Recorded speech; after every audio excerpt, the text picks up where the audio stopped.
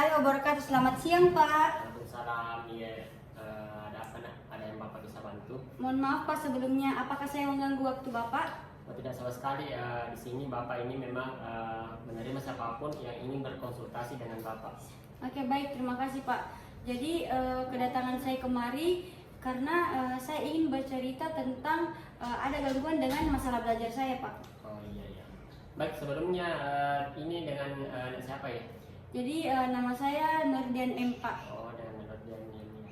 Bagaimana kabarnya Nurdian pada hari ini? Ya begitulah, Pak.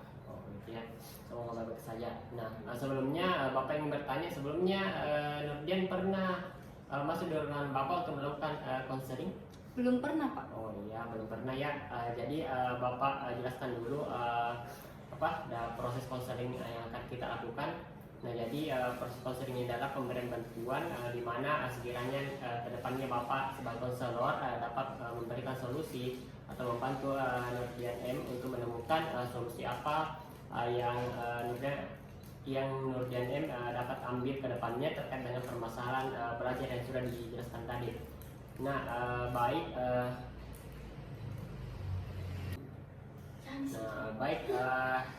Nurdian M mungkin bisa bagaimana tadi dijelaskan secara detail bagaimana permasalahannya.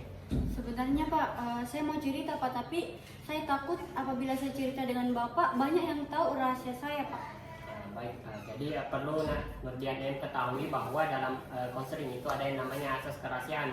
Jadi apapun yang Nurdian ceritakan kepada Bapak, insya Allah itu akan Bapak sebisa mungkin menjaga apa yang diceritakan terkait dengan apa masalah Nurdian. Semoga saja tidak ada orang lain yang mengetahui permasalahan dari Nurdian sendiri. Syukurlah kalau begitu, Pak. Jika demikian, Nurdian bisa dijelaskan lagi terkait dengan detail permasalahan masalah belajar Nurdian tadi. Sebenarnya, Pak, saya ingin menceritakan sama Bapak, tapi saya takut, Pak, apabila saya menceritakan nanti masalah saya tersebar kemana-mana, Pak. Jadi Bapak jelaskan dan perlu Nurdian ketahui bahwa di dalam proses konseling itu ada yang namanya asas kerahasiaan, di mana Bapak sebisa mungkin akan menjaga atau berusaha menjaga kerahasiaan terkait dengan permasalahan yang Nurdian M nanti jelaskan kepada Bapak. Dan juga di dalam konseling ini ada yang namanya asas kesukaraan. Jadi Nurdian dengan sukarela datang ke sini untuk melakukan konseling. Sebelumnya, apakah Nurdian memang datang ke ruangan Bapak ini dengan sukarela tanpa ada paksaan lain? Saya ke sini atas dasar keinginan sendiri, Pak. Baik, demikian. Dan juga ada yang namanya asas keterbukaan. Jadi sebisa mungkin nanti Nurdian ini berusaha untuk secara aktif bercerita kepada Bapak agar sebisanya Bapak bisa mencarikan solusi yang terbaik untuk Nurdian. Dan yang terakhir, asas yang terakhir adalah asas kenormatifan. Jadi mana kita lakukan konseling ini berdasarkan dengan norma-norma atau peraturan yang ada di lingkungan kita. Baik, Pak, saya akan menceritakan semua masalah saya, Pak. Baik, terima kasih Nurdian. Mari kita mulai sesi konselingnya. Nurdian bisa memulai ceritanya, menceritakan sedetail bagaimana sih sebenarnya permasalahan yang dialami oleh Nurdian ini. Jadi begini, Pak, permasalahan saya yaitu nilai semester lalu saya itu, Pak, rendah, Pak. Oh, demikian ya. Terus kenapa Nurdian mempermasalahkan hal tersebut? Karena saya tidak tahu, Pak, apa akar dari masalah tersebut, apa akar masalah yang menyebabkan nilai saya rendah, Pak. Jadi Nurdian ini memiliki masalah yaitu semester lalu nilai ujiannya itu rendah, tetapi Nurdian tidak mengetahui atau tidak dapat mengidentifikasi akar permasalahannya itu dari mana sehingga menyebabkan nilai ujian semester sebelumnya itu rendah, begitu ya? Iya, Pak. Dan Nurdian ini ingin memperbaiki itu semua ya, memperbaiki nilai Nurdian yang rusak semester lalu. Betul sekali, Pak. Baik. Kemudian apa harapan Nurdian setelah melakukan konseling pada hari ini? Harapan saya yaitu nilai saya bisa kembali menjadi normal atau lebih meningkat dari sebelumnya. Terus saya juga berharap, Pak, saya bisa mengetahui apa akar dari permasalahan undershiver saya, Pak. Baik, bagus sekali Nak Nurdian, karena sebelumnya memang Nak Nurdian sudah memiliki kemauan untuk berubah, yaitu memperbaiki termasuk kesalahan, mungkin terdapat kesalahan-kesalahan yang Nak Nurdian lakukan sebelumnya sehingga menyebabkan nilai Nak Nurdian ini rendah. Tinggal bagaimana Nak Nurdian ini mengenali apa sih sebenarnya akar permasalahan yang dialami oleh Nak Nurdian ini. Ya, Pak. Kemudian apa yang mendasari Nak Nurdian sehingga untuk berubah? Apakah ada paksaan atau tuntutan dari orang lain? Selain dari kesadaran saya sendiri, Pak, saya juga merasa kasihan dengan orang tua saya, Pak, karena telah membiayai saya secara full, tetapi saya malah mendapatkan nilai yang kurang baik. Bagus sekali Nak Nurdian, karena sudah memiliki kesadaran sendiri untuk berubah dan sudah merasa kasihan kepada orang tuanya, itu akan memudahkan Nak Nurdian untuk berubah secara full dan ingin mendapatkan nilai yang normal seperti yang dijelaskan tadi sebelumnya. Ya, Pak. Tinggal bagaimana Nak Nurdian ini mengenali akar permasalahannya.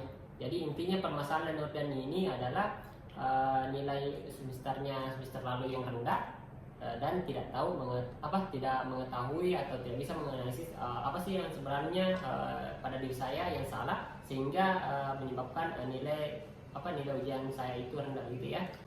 Ya, betul sekali, Pak. Baik, terima kasih Nak Nurdian. Sekarang Bapak akan jelaskan beberapa penyebabnya mengapa seseorang itu memiliki hasil rendahnya hasil belajar pada siswa. Yang Bapak ketahui ya. Yang pertama itu menyangkut terkait dengan minat belajar, kemudian yang kedua adalah motivasi belajar, kemudian yang ketiga adalah bagaimana cara belajarnya. Nah, kurangnya motivasi dan minat belajar seperti tidak memiliki tujuan yang jelas dan spesifik, tidak tertarik dengan materi pelajaran, kemudian tidak memiliki minat atau hobi yang terkait dengan bidang studi yang Nak Nurdian pelajari. Nah, kurangnya juga keterampilan atau cara belajar seperti tidak memiliki keterampilan belajar yang memadai, kesulitan mengorganisir waktu belajar, tidak tahu bagaimana menerapkan strategi belajar yang efektif. Itu juga merupakan salah satu penyebab yang menyebabkan para siswa mengapa bisa menyebabkan rendahnya hasil belajar pada siswa. Iya, Pak. Nak Nurdian, setelah apa yang Bapak jelaskan tadi terkait dengan penyebab-penyebab rendahnya hasil belajar pada siswa, mungkin barangkali ada yang Nak Nurdian sudah gambarkan di kepala Nak Nurdian terkait dengan mungkin ini yang menjadi penyebab pada rendahnya hasil belajar pada Nak Nurdian. Ya, Pak, sepertinya pada poin kedua dan ketiga saya merasa bahwasanya itulah yang menjadi penyebab masalah dari yang saya sebutkan tadi mengenai motivasi belajar. Nah, saya rasa motivasi belajar saya itu kurang. Terus yang kedua tadi yaitu mengenai gaya belajar. Saya rasa saya belum pas dengan gaya belajar dan saya belum menemukan gaya belajar yang pas dengan apa yang saya inginkan, Pak. Baik, jadi jika demikian Nak Nurdian merasa bahwa penyebabnya adalah dua penyebab tersebut, yaitu menyangkut dengan motivasi belajar Dian dan metode gaya belajar dari tadi. Jadi dari awal Nak Nurdian datang ke sini itu sebenarnya sudah memiliki motivasi. Jadi tinggal bagaimana Nak Nurdian benar-benar mengembangkan motivasi belajar tersebut, karena sebelumnya memang Nak Nurdian sudah memiliki motivasi untuk berubah, di mana dari yang nilainya yang rendah Nak Nurdian ingin memperbaiki menjadi lebih baik lagi. Kemudian yang perlu Nak Nurdian perhatikan lagi adalah gaya belajar Nak Nurdian dan juga bagaimana minat belajar Nak Nurdian ke depannya nanti itu bisa Nak Nurdian perbaiki. Nah, terkait dengan gaya belajar yang Nak Nurdian sulit untuk pilih gaya belajar yang cocok, sebelumnya mungkin Nak Nurdian sudah ketahui apa saja sih itu macam-macam gaya belajar? Belum, Pak. Jika demikian, Bapak jelaskan bahwa gaya belajar itu ada 3 ya. Yang pertama adalah gaya belajar visual, kemudian gaya belajar auditoria, kemudian gaya belajar kinestetik. Nah, apa sih itu gaya belajar visual? Yaitu yang menyangkut dengan penglihatan kita. Jadi kalau misalkan Nurdian ini lebih bisa mengerti pembelajaran ketika banyak membaca, Nah, itu termasuk dengan gaya belajar visual.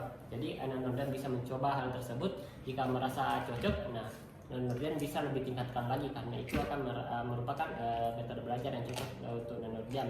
Kemudian yang kedua adalah gaya belajar auditorial. Misalkan apabila Nurdian lebih suka untuk dibacakan oleh temannya, kemudian itu lebih paham, nah itu termasuk bagaimana cara kita untuk meningkatkan gaya belajar auditorial. Kemudian yang terakhir adalah gaya belajar kinestetik. Apabila Nurdian lebih suka untuk melakukan praktek daripada teori, nah itu juga Nurdian bisa lebih kembangkan, dan ini termasuk gaya belajar kinestetik. Baik Pak, saya rasa bahwasanya metode pembelajaran yang cocok dengan saya yaitu kinestetik, karena saya lebih suka belajar praktek langsung daripada belajar teori Pak. Baik, jika demikian Nurdian bisa lebih permantap ya terkait dengan gaya belajar yang Nurdian merasa cocok tadi, yaitu kinestetik. Jadi lebih perbanyak prakteknya daripada teorinya, tetapi jangan lupa untuk belajar teorinya juga, karena teori itu juga penting bagi Nurdian sendiri. Iya Pak. Baik, terima kasih atas solusi yang Bapak berikan. Saya akan melakukan atau melaksanakan solusi yang Bapak berikan kepada saya. Terima kasih banyak Pak. Baik, sama-sama Nurdian, karena terkait dengan solusi yang Bapak berikan tadi, itu semua juga dikembalikan lagi kepada diri Nurdian. Walaupun saya memberikan di sini solusi atau membantu Nurdian memecahkan masalahnya tadi, tetapi itu tergantung lagi pada diri Nurdian, bagaimana Nurdian ingin benar-benar berubah dan menerapkan apa yang sudah kita diskusikan tadi.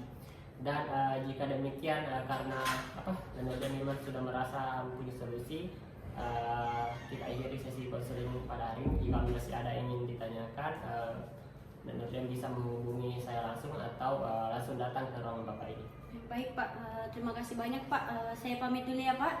Baik. Assalamualaikum warahmatullahi wabarakatuh. Waalaikumsalam warahmatullahi wabarakatuh.